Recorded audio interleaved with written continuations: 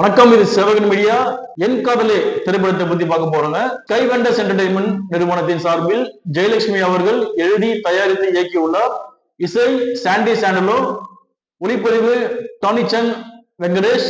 கபாலி, பரியேறும் பெருமாள் படங்களில் நடித்த லிங்கேஷ் அவர்கள் இந்த படத்தில் கதாநாயக அறிமுகமாகியுள்ளார். லண்டனை சேர்ந்த பிரிட்டிஷ் நடிகை லியா இந்த படத்தில் கதாநாயக அறிமுகமாகியுள்ளார்.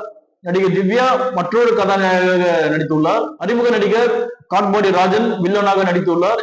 இவருக்கு இது முதல் திரைப்படம் இருந்தாலும் திரையில் நிஜ வில்லனாக மிரட்டியுள்ளார். இயக்குனர் ஒரு முக்கோண காதல் கதையை அழகாக சொல்லியிருக்காங்க. ஹீரோ காரைக்கால் பகுதியை சேர்ந்த ஒரு மீனவர் குடும்பம். மற்றபடி இது மீனவ சமுதாயத்துக்கும் இந்த படத்துக்கு எந்த சம்பந்தமும் கிடையாது. படம் கொஞ்சம் அமைதியா தான் நகருது. பட் இசையும் ஒளிப்பதிவும் இந்த அமைதிக்கு மேலும் மெருகூட்டுகிறது. பாடல் வரிகளும் ரொம்ப நல்லா இருக்கு.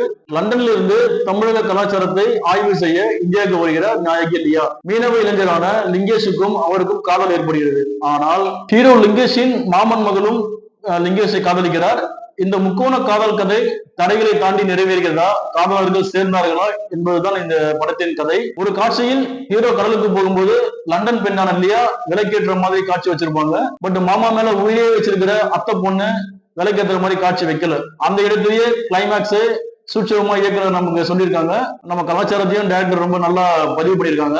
கஞ்சா கருப்பு மாறன் ரெண்டு பேரும் நகைச்சுவை காட்சிகள் சொல்றபடி இல்லை. ரெண்டு பேரும் நல்லா பயன்படுத்திருக்கலாம். டைரக்டர் மிஸ் பண்ணிட்டாங்க. ஒரு வில்லேஜ்லயே படத்தை எடுத்துட்டாங்க. ரொம்ப சிம்பிளா எடுத்திருக்காங்க. ஆர்டிஸ்ட் செலக்ஷன் நல்லா இருக்கு. எல்லா ஆர்டிஸ்டும் நல்லபடியா நடிச்சிருக்காங்க. ஹீரோயின் காஸ்டியூம்ஸ் நல்லா இருக்கு. மற்றபடி தியேட்டர் ஃபுல்லா ஒரே நிசப்தமா இருக்கு. எந்த பேட் கமெண்டும் இல்ல. ரசிகர்கள் கொண்டாடவும் இல்ல, குறை சொல்லவும் இல்ல. மெய் மருந்து படத்தை பார்த்துட்டு இருக்காங்க. என் காதலி திரைப்படம் வெற்றியடைய சேவகன் மீடியா சார்பாக வாழ்த்துக்கள்.